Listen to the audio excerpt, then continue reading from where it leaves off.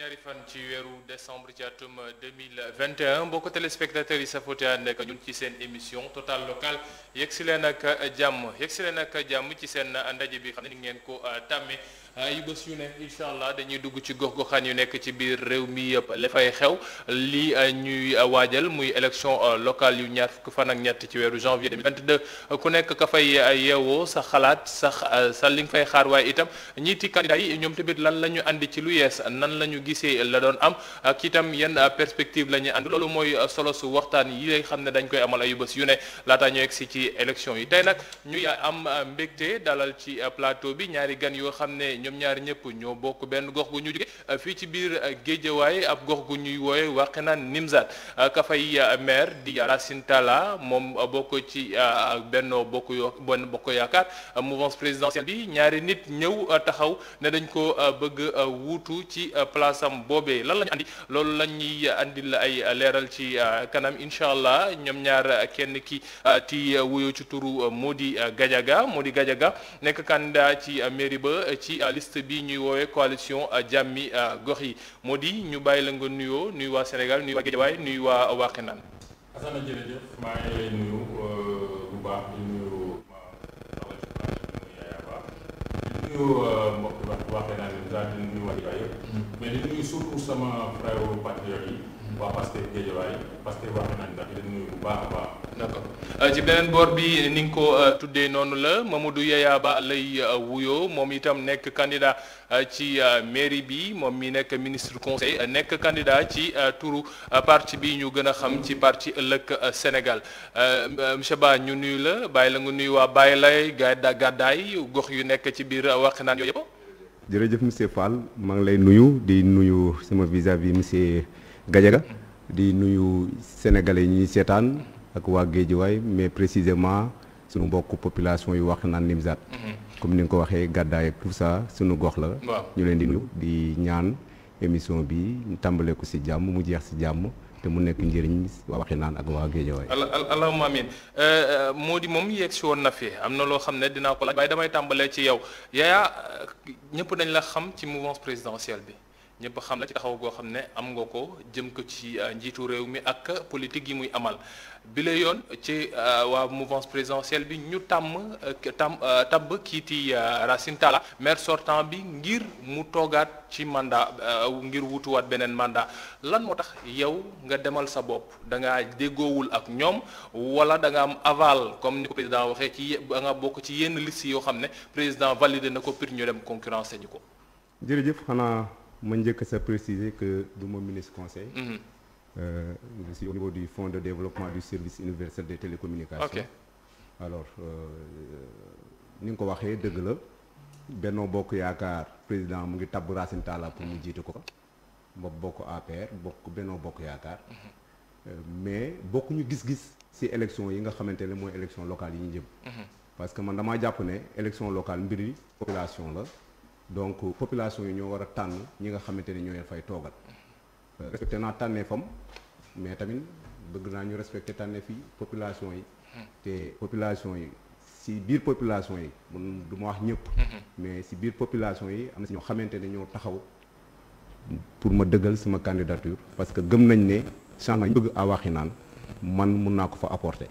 ma déglu leen nag jox aval si seen kaddu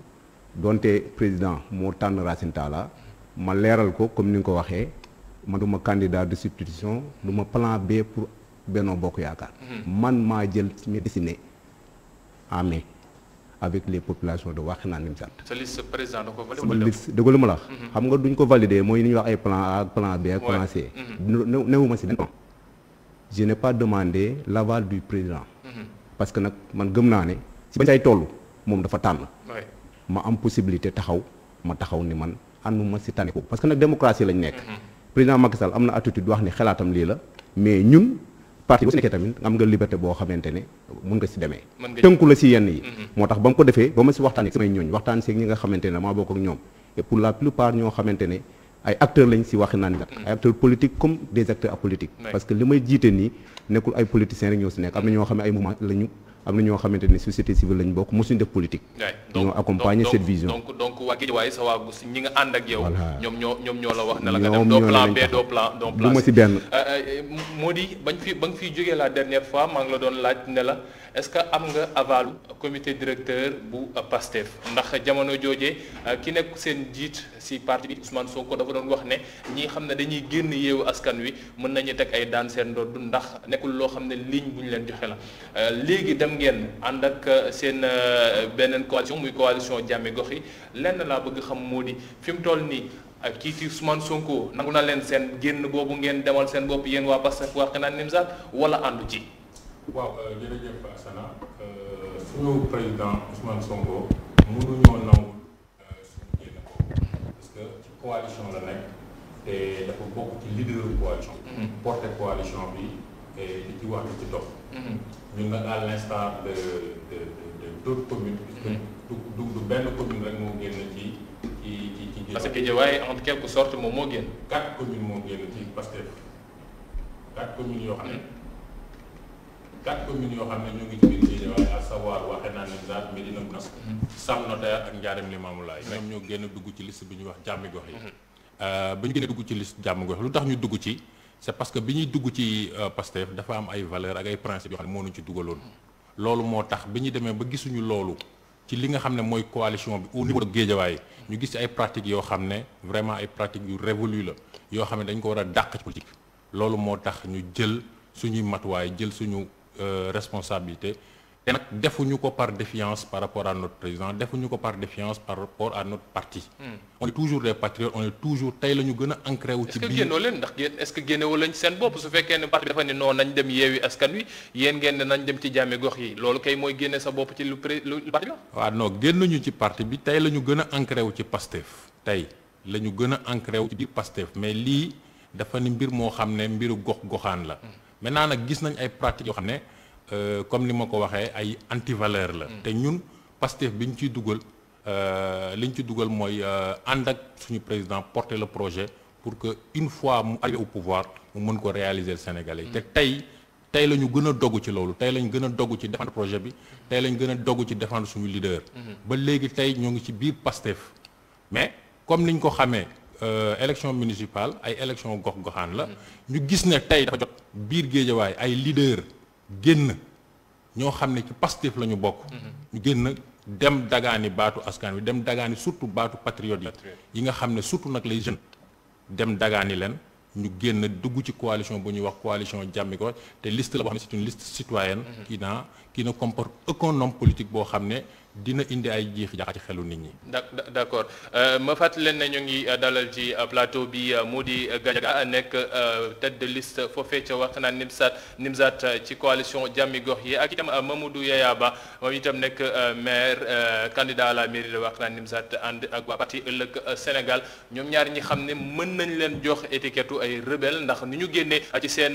parti dem dagaani baatu askan wi ci seen yoonu bopp lan moo waral loolu yëpp ak itam ban projet la ñu andil seen gox boobee ndax nekk na loo xam ne mën na andi ay safara ci yenn ci jafe-jafe yi Wakhinane Nimzatt am lan lañ fa andi ci mbirum ndaw jigéen wala sax mbirum environnement loolu yëpp nekk ay poñ yoo xam ne incha allah ci ñaareelu pàcc seen total local incha allah dinañ ci yéeg bi ak suñu ñaari gan yi léegi-léegi ñu seetaan toute publicité laata ñu egg si ci xibaaru marax yi ànd ci ak Serigne Modou Mbacké ñaaw del ci kanam incha allah.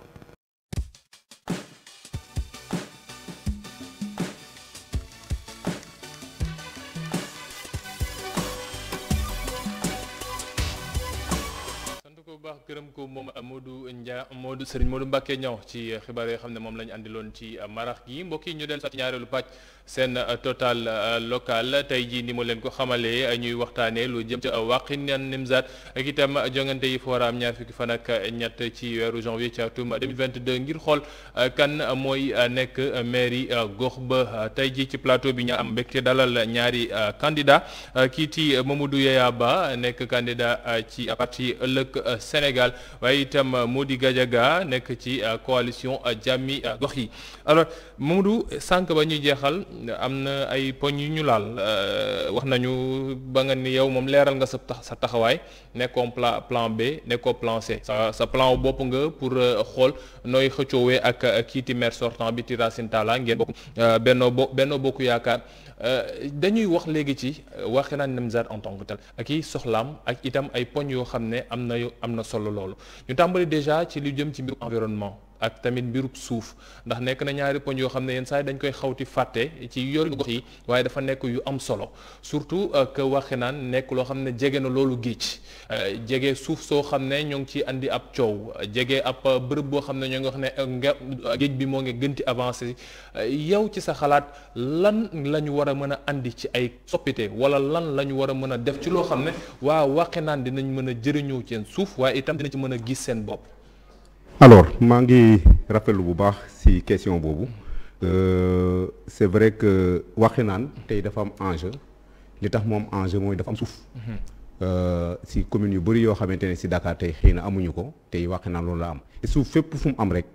coow dafay bëri li tax coow di bëri mooy des fois day am ay bradage mbaa ñu jël suuf si di koy utiliser ci yeneen loo xamante ne du njëriñ askan bi mais ñun ci suñu xalaat mooy littoral boobu nga xamante ne ñu am ko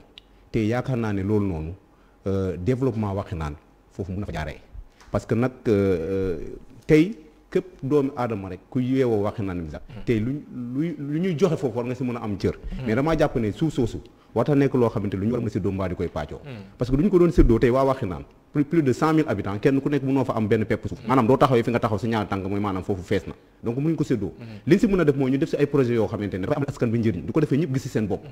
man loolu laa gis mais pas pàccoo ko ñiy jël ñii mbaa ñu toog tamit beneen bi tamit mooy dañuy toog di seetaan ñeneen jógee feneen dëkkuñu Wakhinane Nimzatt c'est vrai que mun nañ si aménager yoo xamante ne pour dëkkuwaay parce que tamit tey Wakhinane commencé na xat bi nga xam ne nit ñi am nañ mais damaa bëgg man si li ma jàpp si suñu nga xamante ne si suñu programme fi ñu jëm mooy def fa ay infrastructure yoo xamante ne dafay amal njëriñ askan bi mun naa si joxe ay exemple tey jii tey Wakhinane tey jii yaa ngi koy wax dinañ si yegg si femmes yi tey ñun amuñ maison de la femme am na benn bu fa amoon de su ma jumul ci digg biir cité comico boo xam ne dafa loon nañ ko fa jigéen ñi ba ma mais est-ce que micro jardinage su ma jumul moo fa am voilà noonu la mais du maison de la femme amuñu ko fa jàpp naa ni loolu mën nañ ko fa def tey jii ñun Wakhinane Nimzatt xam nañ ne Wakhinane ku ko xam ne c'est une ville de culture dafa bëri ay acteurs culturels tey jii duñ fa amee seen programme du commencé am 500 personnes rek mënoo ko fa def amoo salle boo ko mën a def foofu noonu da ngay mun di ñëw grand théâtre mbaa ngay ñëw ay Daniel Sorano yu demee noonu jàpp naa ne ay salle de spectacle war nañ ko fa mën a def pour le bénéfice des populations de Wakhinane Nimzatt ainsi de suite ay yoo xamante ne tey jii tey acte 3 de la décentralisation dafa am doole boo xamante ne da ko jox commune ñu war a mën a dem sur le plan international nouer ay partenariat ba nga xamante ne dañu am ay projets yoo xamante ne dañ koy indi à Wakhinane Nimzatt mun nañ ko fa def donc littoral boobu noonu man damaa jàpp ne wax dëgg yàlla dañ ko war a exploiter au profit et au bénéfice des populations de Wakhinane Nimzatt mais pas au profit et au bénéfice d'un petit groupe je crois que loolu noonu man de bokk na si la nga xamante ne xalaat si am ak yeneen projet yoo xamante ne xëy na du ma wax yëpp parce que du boobaa yaakaar naa waa parce que dañuy gën a recopier yooyu moo di par rapport ak mbir mi moom wax na ko zone de développement waaye lu jëm ci alam gi tamit ndax gox boobu noonu ñu ngi koy fàttaliku filao ñu bëri bañ xam bërëb boobu xam ne suuf moo fa nekk léegi ay filao moo fa nekkoon bañ ko daggee am na ñu ko ñaawlu ndax jàpp nañ ne dañoo dégradé lii ci zone écologique bi xam ne moo ñu daan protéger ci vent bi daan ñëw foofu te yàq yenn kër yi ak ñeneen ñi yéen ci seen taxawaay ak itam ci seen xalaat nan ngeen war a mën a gën a doolelaatee alam gi ci biir Wakhinane Nimzatt. waaw merci jërëjëf Assana ci wàllu environnement tout d'abord ñun bu fekkee yàlla def na bokk moomeel bi yàlla teg na ko suñu loxo li ñuy njëkk a def par rapport à l'environnement mooy on va réhabiliter la bande verte au niveau du littoral puisque loolu ñun dañuy nekk xale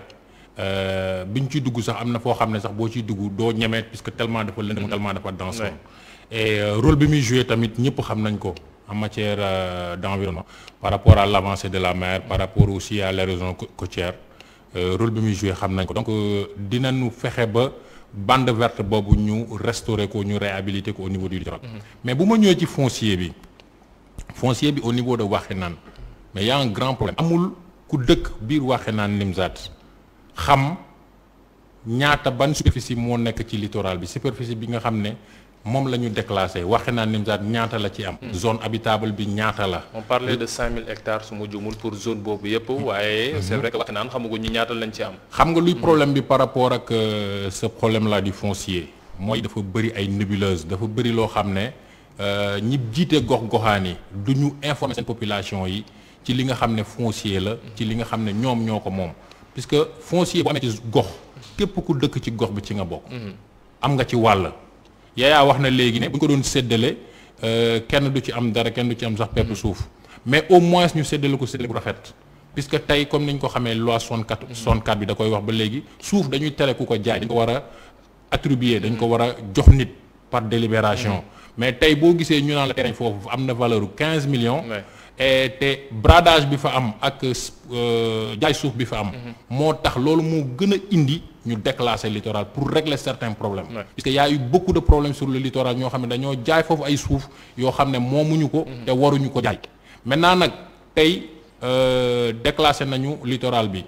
mairie bi informé population bi waxu leen zone habitable bi ñaata la waxu leen ban édifice lañ fay taxawal waxu leen dara mais nous ce qu'on va faire bu fekkee mairie bi tegu na suñu loxo on va tout d'abord faire un audit du foncier au niveau de Wakhinane Nimzatt. assise du foncier càmbar bu baax foncier bi nga xam ne moo des puisque tey ma jox la benn exemple bu ñu jëlee quartier bu ñu wax Wakhinane 4 ñu naan ko quartier Mamadra dafa amoon inondation bi mu amee inondation ñu jël ñi nga xam ne ñoo nekk ñoo gën a sonn ci inondation bi ñu tuxal leen toj kër yi yóbbu leen Jaxaay ak Tawfeex toj kër yi récupérer suuf si le projet chinois ñu def ay infrastructure ba ndox mi wàññi ko bu baax mais dañoo wiiri ci ginnaaw du jaay terrain yi maanaam terrain yi ñi xam ne yooyu ñu récupérer foncier boobu ñu récupérer par rapport aux inondations tout près du bassin bi nga xam ne moo nekk foofu bassin de rétention bi nekk foofu mais dañoo wiiri di ko jaay ba arrêt Descos am ci ba Descos ñëw fa ba xeex am fa te ñi ko jaay ñoo ngi ci dëkk bi ñëpp xam nañ leen donc loolu la population bi di jànkonteel ci wàllu foncier ñu bëgg nag loolu dàkk puisque tey mënoo màgg ci gox dem ba am yenn at yi am jabar am doom di dëkk sa kër papa bëgg am kër te doo ko am sa ki nga fi nga xam ne fa nga màggee ay yeneen nit ñëw di jënd terrain yi di la bàyyi nga koy gis te doo ci mën dara maintenant nag par rapport ak li nga xam ne mooy suñu foncier mooy li nga xam ne moo ci des infrastructure moom du ci ñàkk puisque on a un manque d'infrastructures yoo xam ne sur le côté sportif sur le côté éducation sur le côté culture dañoo manqué infrastructure bu baax a baax a baax a baax ci infrastructure yooyu lay débatté ci Yaya par rapport ak zone bi ni nga ko waxee zone foncier bi mooy littoral bi foofu la bët yëpp tegu foofu la ñëpp ci wax nan lañ ko war a mën a gérer waaye ndaw Wakhinane yenn saa dañ la wax na la dañuy manqué épanouissement parce que bon am nañu benn espace jeune boo xam ne am na fa moo ne ñu mën ko def à l'actif du maire sortant bi Racine Talla waaye dañ la wax na la pour ñoo xam ne foo xam ne dina peut-être maire bi mën na fa am xaalis waaye ndaw yi mën faa gis seen bopp ci booru littoral bi amul exploité wu ñu suuf si foofu ci ni mu waree yow ci sa xalaat lan moo manqué ci bërëb boobu wala dafa nekk loo xam ne mënuñu ko exploité ba dafay ay structures yoo xam ne dinañ ko mën a jëfandikoo waa gox ba gis ci seen bopp ndaw yi gox ba gis ci seen bopp waaye itam waa mairie bi gis ci seen bopp. ba mu li wax rek loolu du dara lu mooy manque de volonté politique ak manque de vision lañ ko mën a tuddee. parce que du nekkante ne suuf si tey président dem na ba déclassifier ko donc jàpp naa ne tey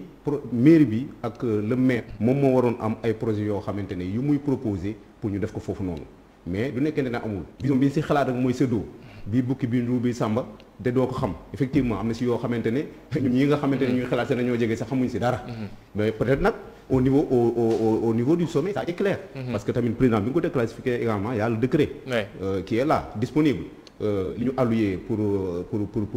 cimetière musulman yi xam nañu ko li ñu alloué pour cimetière chrétien xam nañu ko li ñu alloué pour infrastructure yi xam nañu ko li ñu alloué pour éventuellement des lotissements xam nañu ko c'est clair dans le décret que le président a kii mais nag problème bi mooy damaa jàpp ne président ba mu demee ba déclassifié ko parce que tamit foofu noonu zone filao boobu mënatu la nekk ay filao parce que déjà tëli bi moo fa jaar li ñu mën a def kay fi ñuy restaurer mooy diggante comment dirais-je VDN bi ak géej gi. foofu la war a restauré waat nga xamante ne mooy filao yi mais foofu moom zone la boo xam ne dañ ko war a exploiter au bénéfice exclusif. comment nan lañ ko war a mën a wax naa ko exploiter wax naa ko déjà ay quelques projets yoo xamante ne commencé waaw mais loo xam ne waa gox bi dañ ci gën a mën a gis seen bopp ndax ndaw yi gox bi aussi yenn saa yi dañuy wax ne ndaw yi wàq naan ñaari mbir la ñu mujj am dem taxaw ci tali ba wala dem ci jaaykatu café ba ci arrêt bi ndax amatuñu bërëb boo xam ne ñoo ko moomal seen bopp bu ñuy mën a bu ñëwee ndax terrain bi ñu amoon sax ci booru filao yi ñoo ngi wax ne est-ce que du bokk ci zone yi ñu déclassifié yu ñuy nangu. non xam nga mooy li ma la wax rek mooy vision bi ma doon wax ba tey foofu noonu parcours sportif nañ ko fa mën a def mën nañ fa def yu bëri yoo xamante ni au bénéfice des jeunes et des populations tey jii foofu noonu amul collège tey jii ñi nga xamante ne ñoo jóge foofu ne Pikine Est la ñuy dem di jàng ji suñu collège yi foofu lañ nekkee pourquoi pas ñu def fa école donte loolu nekk ci prérogative mairie commune bi mais en collaboration avec la ville parce que ville moom moo yor li nga xamante ne mooy école secondaire yi ak lycée et autres mais en collaboration avec la ville mun nañ ko fa def au bénéfice exclusif des populations de Wakhinane Nimzatt si côté njàng bi mun nañ ko fa def côté santé bi mais tamit ñëpp xam nañ ne ñiy faju ji tey Daaru école kii dispensaire Daaru Rahman mooy bi nga xamante ne moo gën a jege te moom moo gën dafa excentré donc population yi ñi jël littoral bi ba foofu noonu amul dispensaire amul case de santé amul poste de santé donc loolu yëpp mën na fa war na nekk si côté éducation si côté santé si côté cadre de vie ñu defal ba nga xamante ne dafa war a nekk zone boo xam ne bu attrayant je crois que ne c'est foofu noonu opportunité la bu rëy boo xamante ne ku fa nekk toog te bëgg a liggéey askan bi nga liggéeyal waa askan bi parce que dooy seetlu même à l'entrée dooy seetlu entrée bi nga xamante ne foofu dañ ko waroon def kuy dugg Wakhinane xam ne yaa ngi dugg Wakhinane Nimzatt moo nga am loo xamante ne lu lay accueillir di lay woon ne yaa ngi dugg Wakhinane Nimzatt mu nekk loo xamante ne tu as envie de venir à Wakhinane Nimzatt je crois que ne bu amee koo xamante ne am na vision bu leer foofu mun na nekk benn zone d'attraction boo xamante ne bu extraordinaire même sur le côté du tourisme et autres war na mun a attirer ay yooyu au delà nag de foofu noonu ngay wax dama si brosselaale parce que yaa wax environnement et autres dama si lac Curuur bi nga xamante ne dañ ko agressé dem ba di koy sëkk di koy defee yooyu foofu war nañ ko mën a exploiter man damaa jàpp ne foofu war nañ ko mën a exploiter ba nga xamante ne tey jii doo liggéey ba wàcc war nga mën a dem toog foofu noonu fiixlu def fa ay yoo xamante ne ñu ngi koy gis ci yeneen réew yi war na fi mën a nekk c'est-à-dire li des nag mooy nit nga am volonté am yéene say population tal say problème yi population mais du nekkee ne yow dundoo ak say population xamoo lu ñuy dund amoo seen problème wax dëgg yàlla yaa ngi sànni xeer loolu dañ koy bañ ci dañ koy bañ non yaa ngi sànni xeer non ci gox ba la dëkk ci gox ba la dëkk moo di par rapport ak cadre de vie aussi nekk loolu am solo ni mu ko waxee léegi buntu Wakhinane soo yegsee sa droite arrêt Sëñ Saliou bi ni amoon na ay jamono mu amoon fi coow ndax ñeneen dañ doon wax ne noonu dañ fa war a teg benn station ba mu waa gox ba génnoon yeneen tam am ci ba ñu mujj ko def benn genre petit espace vert waaye espace vert ba léegi nu mu mel refuge la mujj nekk pour ñenn ñoo xam ne li ñuy def nekk loo xam ne moom moo gën ci société bi cadre de vie Wakhinane lan la soxla est-ce que espace dafa manqué à ce point wala dañoo amul loo xam ne mën nañ ko def biir Wakhinane ba waa Wakhinane mën ci gis seen bopp damay wax ci environnement bi trop parce que ñoo ngi doon jógee ci COP 26 bi te dafa bokk ci ay défis lii type municipalité yi xool nan la ñuy def ba seen waa gox mën a tamit nekk ci cadre de vie bu sain am tamit ab zone d'épanouissement. waaw Assane loolu yëpp boo gisee lu ko waral mooy que ne concertation bi war am diggante bokk moomeel yi ak population bi moo dul am ñun tey suñu vision suñu programme dañ koy adossé tout d'abord par rapport à la ressource humaine bi nga xam ne moo nekk biir Wakhinane Nimzatt. Dans Wakhinane Nimzatt moi je connais des professeurs d'université en géographie en statistique ci domaine yu bëree bëri dans notre partie à Wakhinane Nimzatt on a des professeurs d'université on a des ingénieurs on a des experts ci wàllu yu bëri ñooñu dañ leen a boolewul ci dara xam nga lu problème est-ce que tamit boole ngeen seen bopp yenn saa yi tamit dafay yomb torop ngeen ni non ñoom boolewuñu mais est-ce que dem ngeen gis leen ngeen leen peut-être lii kat fii nii mën nañ fi def lii moom mooy li gën. waaw loolu association yi parfois yenn mouvement yi dañuy proposer au niveau de la mairie pour ñu def dara mais lépp loo xam ne amul impact politique la plupart du temps mairie yi duñ ko bëgg a réaliser beneen bi mooy li ma doon wax sànq nga dàgg ma mooy que ne tey ñun suñu vision ci compétence locale bi gestion citoyenne bi ci lañ ko basé ci lañ ko adossé nan lañ ko ci adossé mooy que ne dañuy impliquer la population ci lépp loo xam ne dañ koy réaliser surtout par rapport au cadre de vie surtout par rapport à l'environnement puisque tey boo gisee yéen a ngi wax rek benn zone ngeen yem yéen a ngi ci corniche bi Wakhinane Nimzatt moo ngi ba étage Madiale Wakhinane Nimzatt moo ngi ba marché bu bees te boo xoolee foofu occupation bi voie publique bi occupation wu environnement bi mais c'est désastreux donc loolu dañ ko war a réguler dañ ko war a gën a defaraat dañ ci war a gën a xalaat ay xalaat a ngi ci nit ñi toog nañ ci bind nañ ci mais problème bi mooy réalisation bi maintenant nag ñi nga xam ne ñoom la ñu dénk pouvoir exécutif local bi. il faut que ñu jóg ñun tey bu fekkee yàlla tey jox nañu li nga xam ne moom la ñuy dagaan muy baatu askan wi bu ñu ci jotoon tey balaa ñuy def dara dinañ woo askan wi ñu toog ñu waxtaan ak ñoom ku ci nekk lan nga gis ne sa gox war na ko am te amu ko. maintenant nag programme bi dafay basé wu ci li nga xam ne acte 3 bi indi na ko muy partenariat public privé d'abord. diaspora bi tamit am nañ part bu rëy ci développement boobu parce que tey am nañ ci diaspora bi ñoo xam ne ñu ci bari ils sont prêts à venir investir dans la zone mais dañoo ragal par rapport ak li nga xam ne moo fi nekk puisque tey dañuy gis nit ñëw def ci dara mu jàll daanu donc ñeneen ñi duñu sawar beneen bi mooy tamit dafa am loo xam ne il faut que ñu sukkandiku ci bu baax a baax mooy li nga xam ne mooy la participation citoyenne mooy ñu fexe ñu woo askan wi ñoo participer ci gestion bi yëgal leen li nga xam ne moo nekk ci biir mairie boole leen ci puisque tey ñu ci bari loolu mooy seen jooy boo waxee dañu maire de mairie sama yoon nekku ci élection locale sama yoon nekku ci puisque dañuy def lu leen neex mais bu fekkee boole nañ leen ci nit ki loo ko boole bu yëg ci boppam da ciy jàpp puisque tey mënoo am lu ëpp sa population loo am lu mu bëri alal ji lu mu bëri tey boo ñëwoon di bëgg a réaliser benn projet population buñ ci adhéré wul réalisation boobu du mën a dem donc ñun suñu vision suñu programme ci loolu la adossé wu te bëri na loo xam ne bind nañ ko te mënuñu ko wax fii tey loo xam ne tey bu ñu waxee mënoo ko wax naan fi mu toll nii non am na luñ ci mën a wax am na loo xam ne mën nañ ko ci wax loo xam ne ci wàllu réalisation yoo xam ne bëgg nañ ko def puisque tamit am na tamit loo xam ne acte 3 décentralisation indi na ko muy partenariat intercommunal ñaari commune ñëw boole seen doole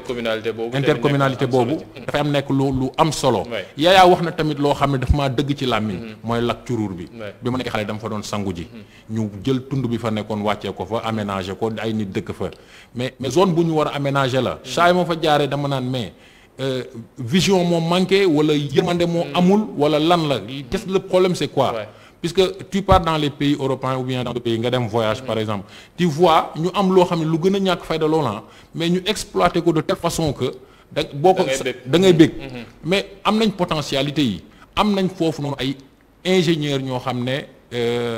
mën nañ exploiter loolu ay géographes yoo xam ne mën nañ ñëw wax la nan nga ko exploiter exactement ak ñeneen ñoo xam ne ils sont plutôt dans le commercial lan nga fa war a def pour mu mën a indi benn rentabilité nan nga ko mën a jaayee waa kay ci mbirub gox bi ba léegi ndaw yi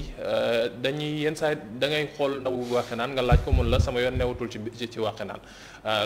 lan moo il faut rappeler aussi que ne conseil municipal nga xam nga lii dox ci biir mairie bi lan moo nekk jafe-jafe ba ndaw yi à ce point ñu mel ne lu génn ci yorunu seen gox dañ ci gisul seen bopp wala dañ leen ubbilul buntu yoo xam ne ñoom dinañ mën a wax ne lii kat man maa ko waxoon ba mu am ci biir gox bi. Bon, à ce niveau monsieur Fall, j'avoue que la responsabilité est partagée. Parce que population yi léegi tamit war nañ mën a exiger ñi nga xam ñoo leen di jiite. ñu am transparence si li ñu leen jiite parce que doo jiitee moomeel askan bi nga jiite donc yow yàlla minimum de transparence boo xamante ne da nga ko war a seq ak ñi nga xamante ne say administré lañ. ñoom du nekkente ne ñoom amuñu volonté boobu noonu population yi exiger leen ko parce que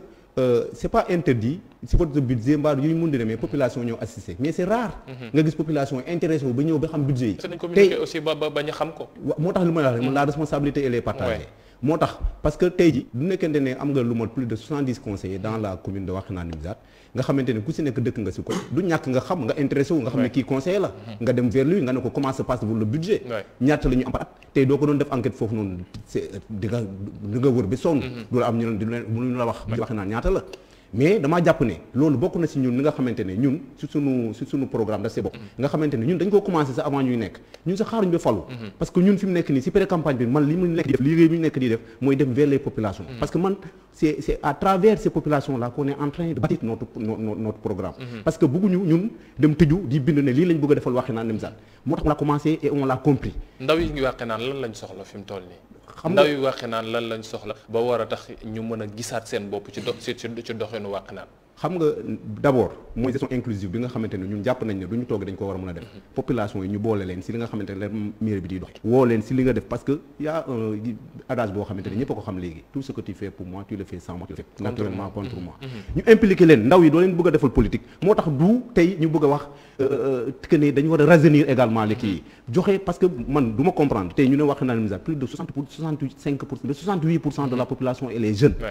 alors ñu bëgg di xalaat di ko jox ay vieux man bon je n'ai rien contre les vieux et parce que tout simplement nous avons des vieux avec nous mais tey fi ñu war a taxawoo mooy taxaw di ñu conseiller tey jii bay ndaw ñi ñu administrer seen moromi ndaw donc à ce niveau jàpp naa générationnel daal voilà donc jàpp naa ne tey ndaw yi war nañ leen mën a accompagner si lu bëri tey jii doy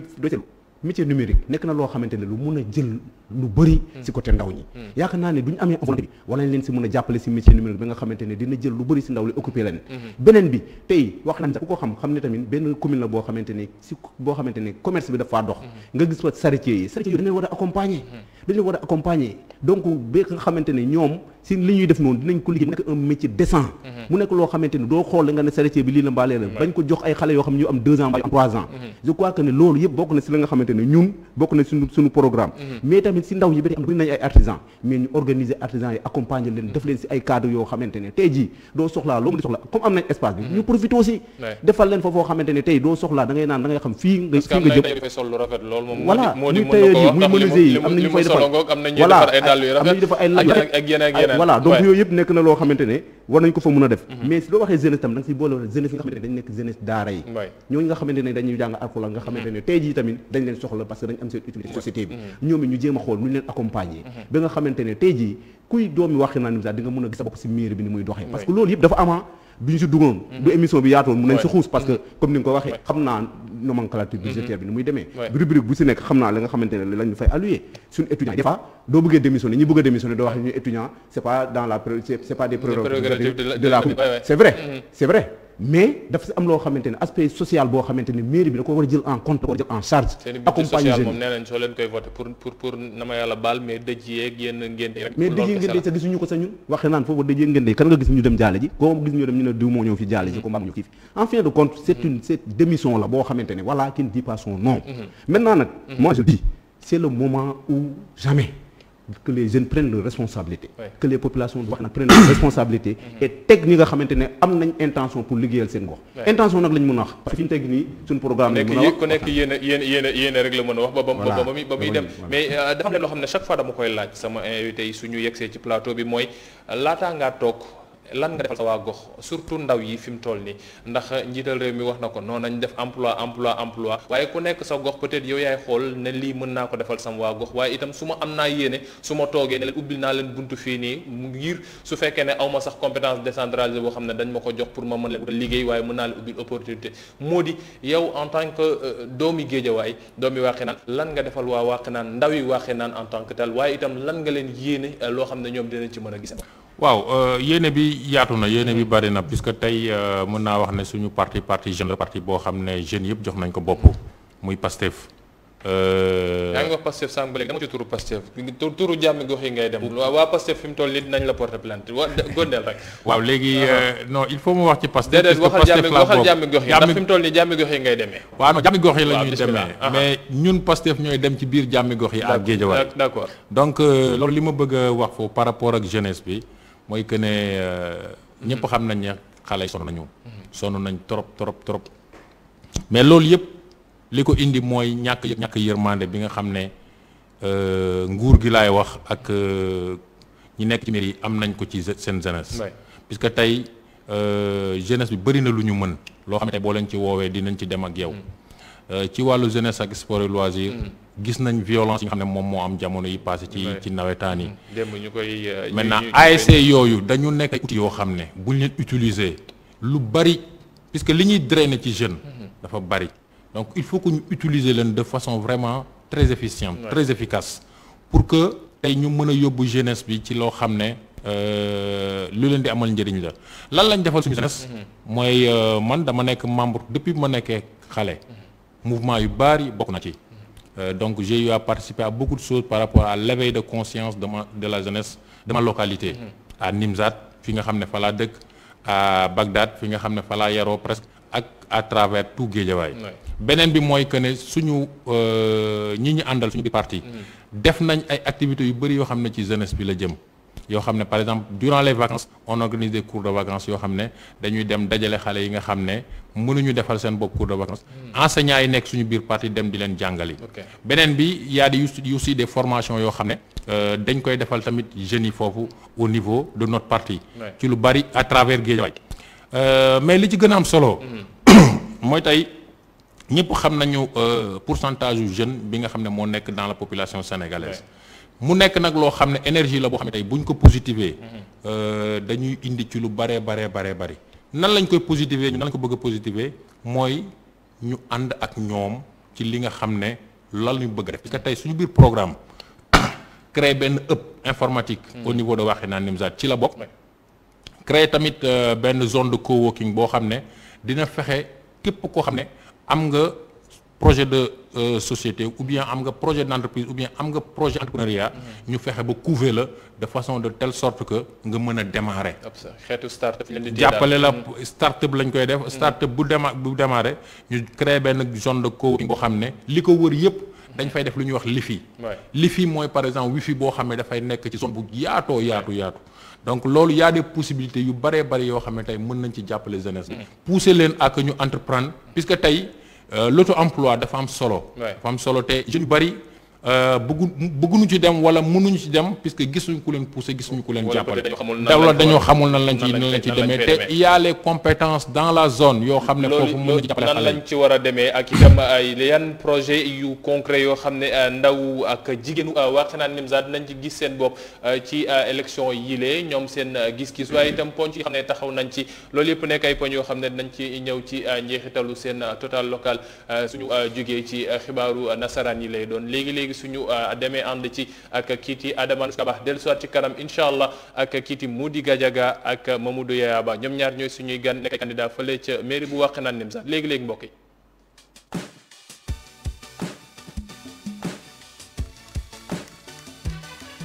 sant ko bu baax gërëm ko moom Serigne Modou Mbacké Niang ci wala moom Adama Kaba sax moom ci xibaar yi xam ne moom lañu andiloon ci kàllaamay nasaraan ci 19:45 incha allah ñu mën a gisewaat ak moom ëllëg incha allah ci yeneen xibaar lay doon ci kàllaamay nasaraan googee ñu nekk si mujjanteelu pàcc seen total local ni ma leen ko xamee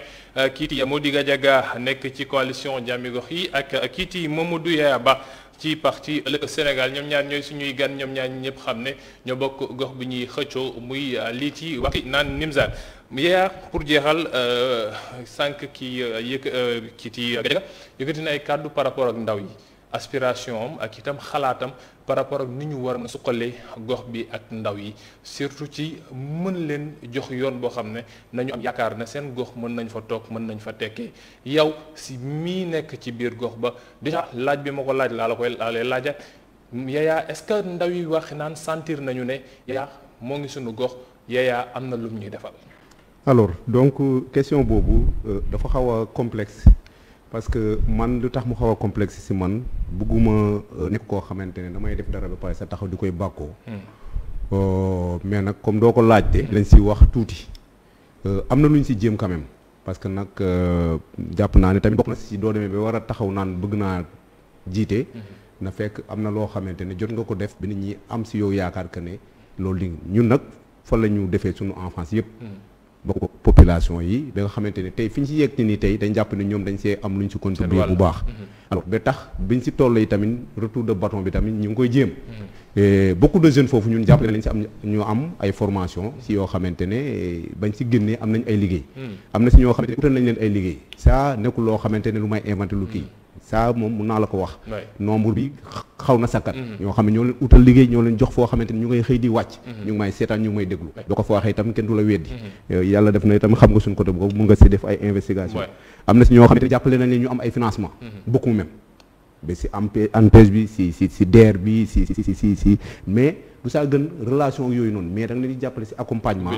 defal leen ay dimbale leen ñu defaree ay projet wax leen fi ñuy jaar parce que d'habitude ñoom du ñuy dem vers l'information ñi nga xamante ne nag mun nañ am possibilité capter information yi dañ koy wàccee ci ñoom di leen ci accompagner ci emploi des jeunes sur la formation des jeunes sur le financement des jeunes won leen kere lu mel ne kere mu ngi foofu buy former ay beaucoup de jeunes est-ce que mu ngi doxati mu ngi dox normalement il crée beaucoup de jeunes parce que ñu bëri day wax dafa mel ne dafa neew rek waaye kenn xamatul ndax moo ngi doxam déet mu ngi dox chaque jour moo ngi woyti ci chaque jour doo fa demee fekk fa maa ngi orienté ba tey xam nga mooy li ma lay wax rek xamuñu yi nga xamante ne moo fa nekk ñu war a jëriñoo moo tax dañ leen ci yóbbu beneen bi mooy surtout ci côté ci man j'ai été président d'ASC ci côté ASC bi tam jàppale naa ci lu bëri ba fi ñu toll nii bien que lii xew ci nawetaan yi nii kenn rafetlu ko match bi mujjee xam nañu diggante diisoo ak jiboo match bu mag la man maa doon parrain ba ci match boobu nga xam ne match boobu moo amoon ci kii boobu noonu donc lépp lu ñu am ñun ñu ngi koy participer di koy def ci ñoom di jëndal équipe yi ay jeux de maillot di leen di accompagner di leen di jàppale ci seen regroupement au-delà de ça léegi lan nga yaakaar ne war nañ ko teg ci gox ba xam ne nagu waaxi naan dinañ wax ne ñun kat dinañu sentir suñu bopp ci koom-koom maanaam lu bëri dañ la non mairie bi du compétence am bokkutul ci mën a ubbil nit ñi ñu liggéey waaye loolu est-ce que nekk na loo xam ne nit war na koo mën a wax surtout koo xam ne da ngay xëccoo kir yore bokk moomeel bi su fekkee ne mënoo leen créer emploi direct mën nga leen créer ay emploi indirect ak ay opportunité est-ce que bàyyi ngeen xel ci loolu ñun ci li ma gën a jàpp mooy d'abord fexe jeunes yooyu ñu conscientiser leen dimbali leen won leen ay yoon won leen ay opportunité parce que xëy na emploi moom bi ci état sax mënut a jël emploi mënut a jël ñëpp jox leen liggéey mais mën nga fexe ba ñoom ñu am conscientiser leen sensibiliser leen informer leen ci loo xam ne duñ ko am mais tamit man li ma jàpp jeunes yi dañ leen war a impliquer sur la gestion des affaires mais également sur la prise de décision associer leen sur les prises de décision je crois que c'est important loolu yëpp nekk na loo xamante ne bokk na ci suñu programme ba tax na ñun itam doo seetlu ba ñuy tabax suñu liste dañ see def ay ndaw ñu bëri ci suñu liste nga xamante ne ëllëg ci biir ñoom ñooy taxaw seen bopp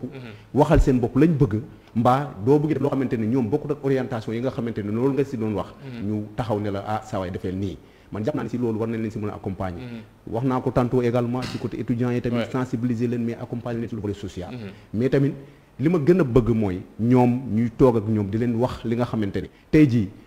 wax nga ko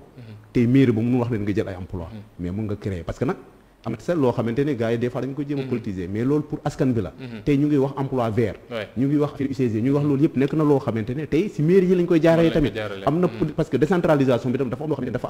am loo xamante ne état bi da koy jël bàyyeeku localité yi lu ñu la ko joxee tamit mu am transparence ñi nga xamante ne ñoo si qualifié ñu bañ ko def affaire yi mbokk mbaa affaire yi bokk ñoo bokk parti mbaa ñoo bokk lii ñun daal li ñu bëgg mooy gestion bu transparente boo xamante ne sobre et vertueuse comme ni ko président doon waxee ba muy doon ci 2012 malgré coow bi ci topp ya mais Gadiaga pour jeexal wax nañu ci environnement bi wax nañu ci foncier bi wax nañu ci ndaw yi waaye itam jigéen ñi dañoo am pàcc bu am solo ci waxi naan sànq ci tàmbali gi Yaya moo ngi koy xamale amuñu maison de la femme au niveau de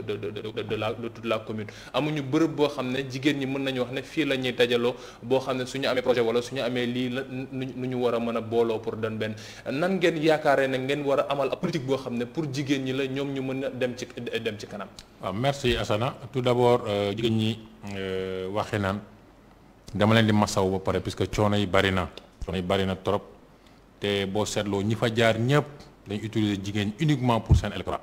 utiliser le pour leneen ñun bi ñuy def suñuy tournée ci biir quartier yi mbootaay bu ñu dajal GPF bu ñu toogal li ñuy wax mooy que ne formation bu dul formation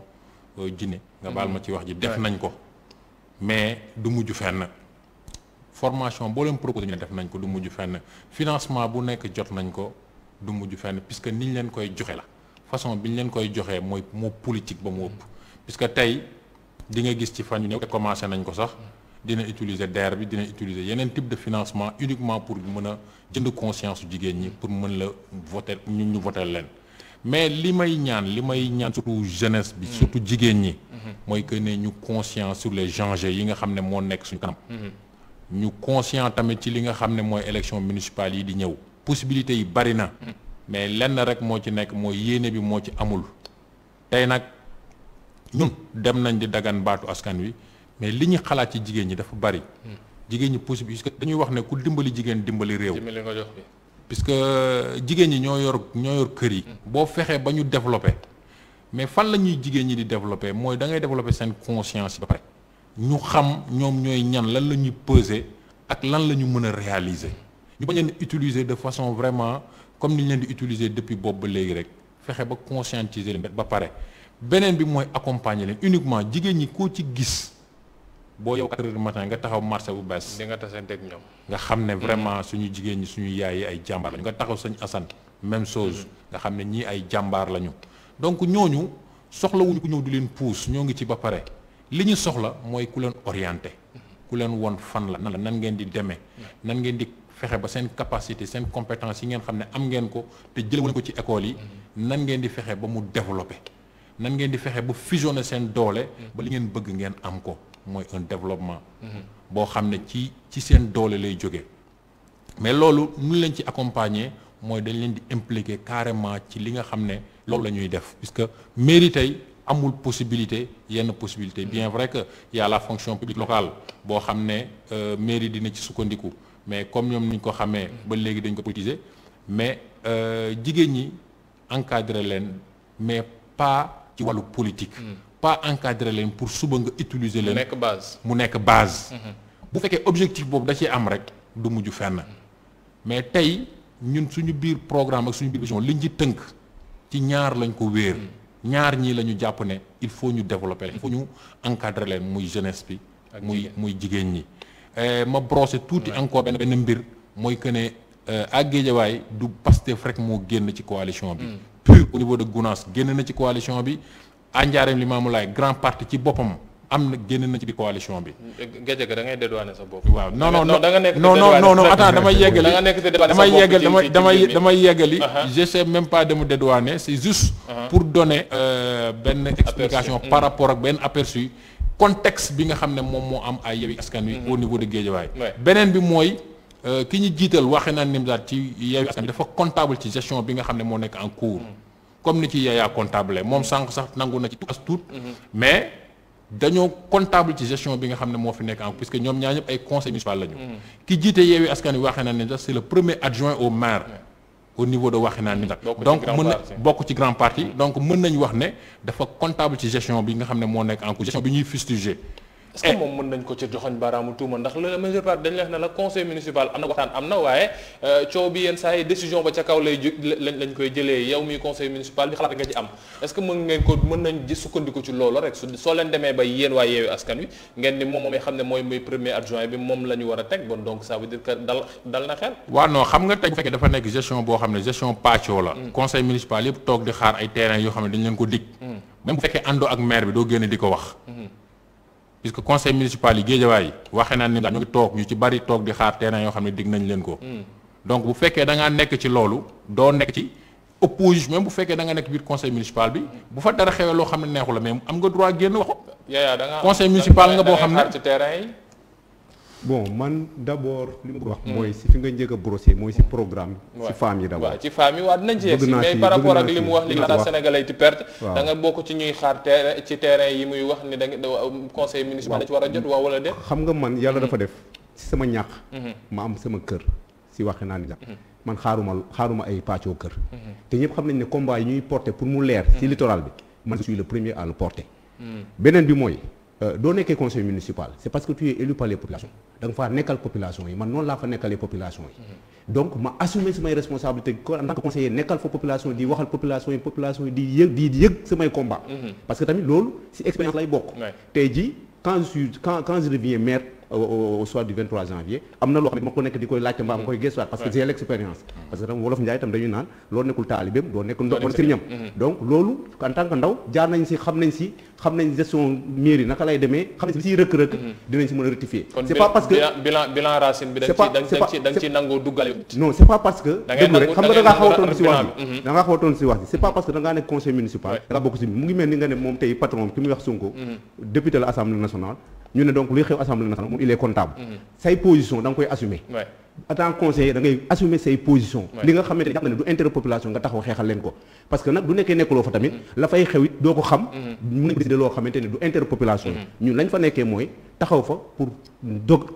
bu jib mu nekk loo xam ne dafay jib ci intérêt population yi ñun loolu lañu fa nekkee léegi nag ñëpp xam nañ collectivité territoriale ni ñuy doxee le maire après avoir reçu le vote de son budget alors il est libre de yow en tant que conseiller te loolu dama koy wax mécanisme yi dafa am loo xamante ne war nañ ko gën a xóotalaat man si man gis naa ne dañ ko war a revoir parce que le maire a trop de pouvoir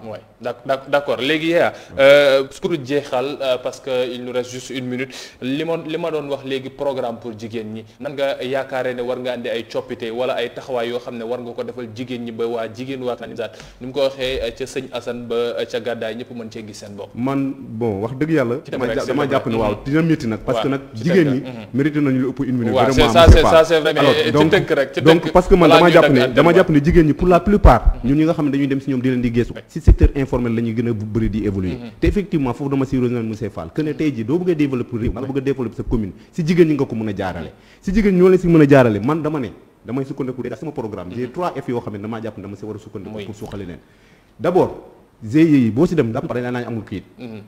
ñu formaliser leen mooy F bu njëkk bi doo leen formaliser ba pare nga former leen formation bi nekkul rek formation ay transformation yàlla yu mais même gestion ni nga ko yoree bu la defalee 1 million naka ngay def ba xam li nga si moom ak li nga si moom li nga xam doo ko lekkee mooy tax ëllëg parce que mooy tax da nga fekk ku toog rek mu sa am 100 000 francs nga jox ko 100 000 da koy yàq donc former ko ba nga xam xaalis bi mu yor tamit xaalis bi ban la ko xaalis askan bi la muy ba troisième F bi doo leen defee loolu yow formaliser nga leen yow former nga leen nga financer leen financement bi tamit man damaa jàpp ne doo leen bàyyi rek nañ ma waa banque yi baal ak banque classique nga xam ne des fois day compliqué apport personnel léegi dañoo ñun si suñu programme dañoo jàpp ne dañoo war a créer à wax naan un crédit mutuel un mutuel municipal boo xamante ne c'est pour accompagner les jeunes les femmes et les jeunes